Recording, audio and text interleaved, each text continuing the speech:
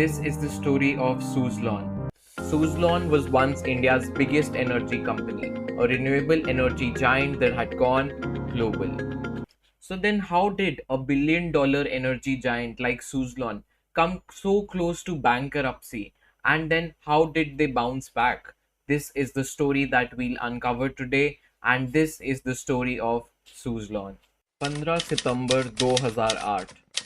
ये वो दिन था when the Lehman Brothers finally filed for bankruptcy and जो global financial crisis था of 2008 finally started and the problem was that जो credit markets थे यूएस के वो काफ़ी serious problems face कर रहे थे जिस वजह से कंपनीज लाइक सुजलॉन जो कि already high levels of debt and कर्जे में बैठी थी वो और लोन बैंक से नहीं ले पा रही थी बिकॉज बैंक्स ऑलरेडी स्ट्रगल कर रहे थे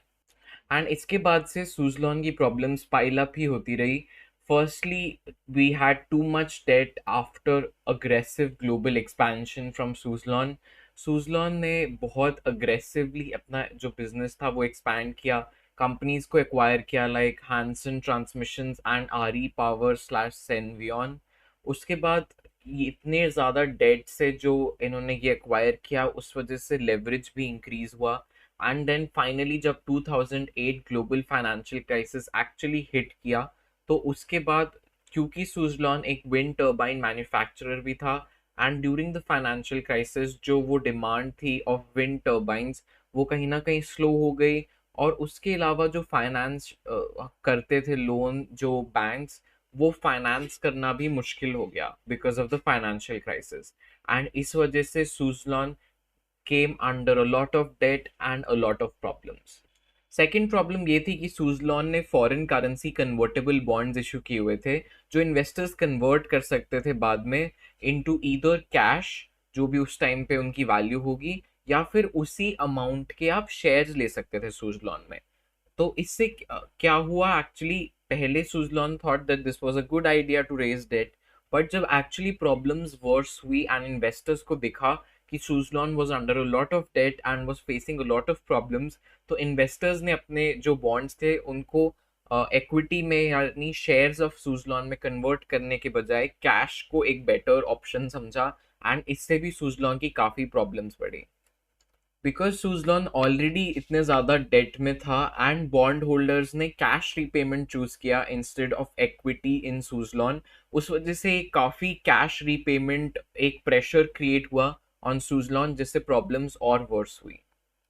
तीसरी प्रॉब्लम जो सुजलॉन ने फेस की वाज रुपी डिप्रिशिएशन तो रुपी डिप्रिशिएशन की वजह से क्या हुआ कि जो सुजलॉन ने फॉरेन बैंक से एक फॉरेन करेंसी डेट लिया हुआ था वो काफ़ी ज़्यादा एक्सपेंसिव हो गया for Suzlon to service because rupee depreciated very sharply against the US dollar and इससे जो वो डेट था वो रीपे करना और डिफिकल्ट होता गया तो ये सुजलॉन की मेन प्रॉब्लम्स थी अगर मैं इनको कंक्लूड करूं तो सबसे पहले सुजलॉन ने बहुत ज़्यादा डेट ले लिया था एक्सपैंड करने के लिए अग्रेसिवली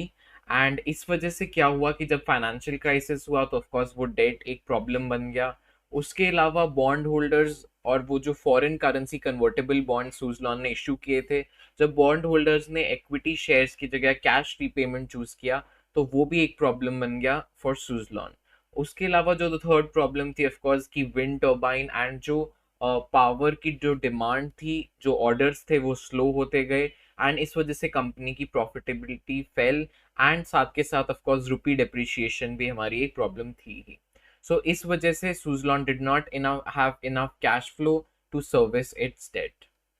तो 2008 की स्टार्टिंग में Suzlon made an all time high of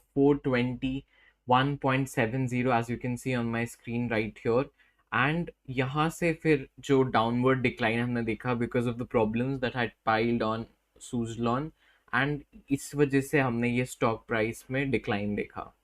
तो प्रॉब्लम तो हमें समझ आ गई एंड प्रॉब्लम थी भी काफ़ी serious but the management didn't give up and so we saw Suzlon's 2013 debt restructuring जो कि आज भी बिजनेस स्कूल्स में पढ़ाया जाता है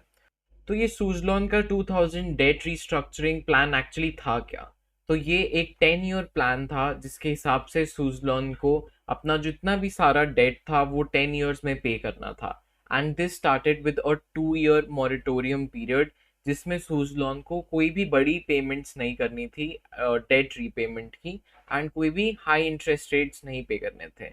उसके अलावा बैंक्स ने एक्चुअली सुजलॉन की इस पूरे ड्यूरेशन में काफ़ी ज़्यादा हेल्प की, बिकॉज फर्स्टली उन्होंने क्या किया कि सुजलॉन को 1800 करोड़ का एक वर्किंग कैपिटल दिया, जिससे कि कंपनी के जो ऑपरेशंस हैं वो ना रुके। उसके अलावा 1500 करोड़ की जो इंटरेस्ट पेमेंट्स थी उनको इक्विटी रिलेटेड इंस्ट्रूमेंट्स में कन्वर्ट किया, जैसे कि stock, shares and related instruments जितने भी इक्विटी के होते हैं।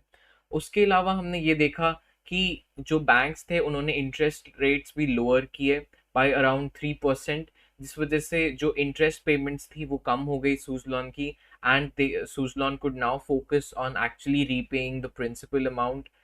तो ये सारी चीजें की बैंक्स ने to support Suzlon in this time of crisis. But अब बैंक्स ने ये किया क्यों? So this is a very important thing that we have to understand. So banks actually ये चाहते नहीं थे कि सुजलॉन बैंकरप्ट हो जाए या लिक्विडेट हो जाए, because that would mean a lot of losses for the banks. तो एक्चुअली बैंक्स के लिए बेनिफिशियल ये था कि सुजलॉन अपनी फीट पर दोबारा वापस आए, खड़ा हो एंड प्रॉफिट्स बनाए एंड फिर उनका लोन रीपे करे। बिकॉज अदरवाइज अगर सुजलॉन बैंकरप्सी फाइल कर देता एंड कंपनी को लिक्विडेट करना पड़ता, तो उनके लॉसेस कभी भी अच्छे से रिकवर नहीं हो पाते and they would have to face severe losses. So इसलिए उन्होंने सुजलॉन की इतनी ज़्यादा हेल्प की by lowering interest rates, providing 1800 crore of working capital and 10-year repayment period. But the problems of Suzlon did not end with 2013 debt restructuring. In fact, the company still struggled to survive as the demand for wind turbines was still under pressure. And problem और ज़्यादा verse तब हो गई जब stock price continued to fall drastically, and in fact at one point Suzlon made a low of about 1.58 rupees. तो जैसा कि हमने देखा कि 2019 में Suzlon made an all time low of about 1.58 rupees and in terms of stock price. And इसके बाद सुजलॉन के जो मैनेजमेंट ने काफ़ी ज़्यादा मेजर्स दोबारा लिए एंड काफ़ी एक्टिव होकर दोबारा डिसीजंस लिए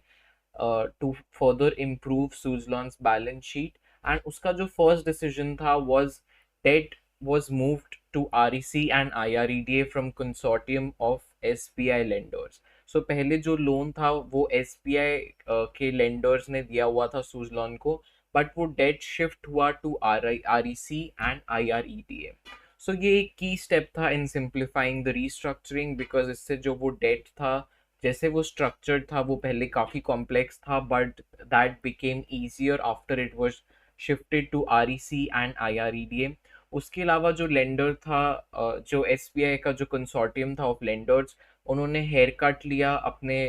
उस डेट पे, यानी उन्होंने सुजलॉन का काफ़ी डेट माफ़ किया। एंड उसके बाद सुजलॉन ने धीरे धीरे करके वो लोन और जो वो डेट था वो रीपे किया by raising funds from investors again. And बीच में इन्होंने QIP भी किया, एंड जो भी इन्होंने फंड्स रेज किए फिर मैनेजमेंट ने वो काफ़ी वाइजली यूज़ किए, एंड वो फंड सिर्फ डेट रीपेमेंट की तरफ किए, जो कि सुजलॉन के मैनेजमेंट का एक मास्टर स्ट्रोक बन के आया। एंड फिर कंपनी धीरे धीरे सर्वाइवल मोड से वापस प्रॉफिटेबिलिटी की तरफ जाने लगी, and that is how we see Suzlon today as a very profitable company and a company with a strong balance sheet.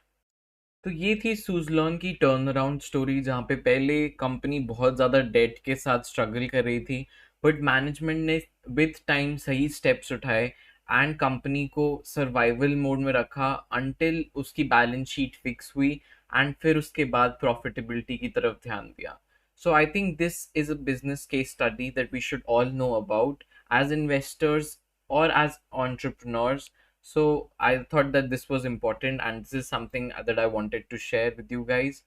Also, Suzlon के बारे में, because this is a company that is from the renewable energy sector, so of course this seems to be the future. As always, this is not financial advice, but my bias on companies like these is a bit bullish, because I believe that renewable energy will truly change the way that we use energy, and we will probably move away with time from fossil fuels and move towards renewable energy. So I really like the company, and uh, but like I said, this is not financial advice. But I really like the company. I believe in the fundamentals, and I've of course done a lot of research. So you should also do your own. And then because like I said, I really believe in the sector. So this is also something uh, to note, and that is why I really like Suzlon. So plus the management is also very experienced, I would say, because they've uh, experienced so many financial crises, and then the company as a whole has also faced and survived the financial crisis along the way. So that is also a positive thing. But as always, you should do your own research. And yeah, with that, let's end the video here. Thank you so much for watching. If you guys have any questions, like always, you can comment them down below in the comment section, and I'll be sure to answer your questions. Also अगर आप next week के लिए चाहते हैं कि मैं कोई company cover करूं, तो you can also comment that down below and I will do that. So thank you so much for watching this video, and I will see you guys in the next one.